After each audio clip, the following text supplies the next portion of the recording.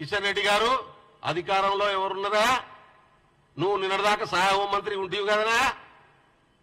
10 సంవత్సరాల నుంచి అధికారంలో ఉండి ఏం పిక్తున్నారు మీరు? ఎందుకు తెలంగాణ విభజన హామీలు ఒక్కటి తెలంగాణ రాష్ట్రంలో తీసుకురాలేకపోయారు? మీరు ఎందుకు అమలు చేయించలేకపోయారు? 2G స్కామ్ జరిగిందా? ఏం చేస్తుంది మరి మోడీ ప్రభుత్వం? ఏం పిక్తున్నది మోడీ ప్రభుత్వం? ఎందుకు 2G స్కామ్ను బయటికి తీయలే? 2G స్కామ్ జరగలేదనే రిపోర్ట్లు ఎందుకు వచ్చినాయి? ఎందుకు వచ్చినటువంటి పరిస్థితి ఉన్నది? బొగ్గు స్కామ్ జరిగిందా?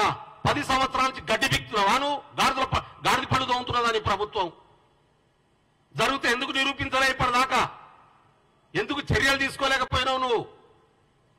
కాంగ్రెస్ పార్టీని బదనాం చేయడం కోసం జరగనటువంటి అంశాలని జరిగినట్టుగా చెప్పి నేషనల్ హెరాల్డ్లో స్కామ్ జరిగిందా?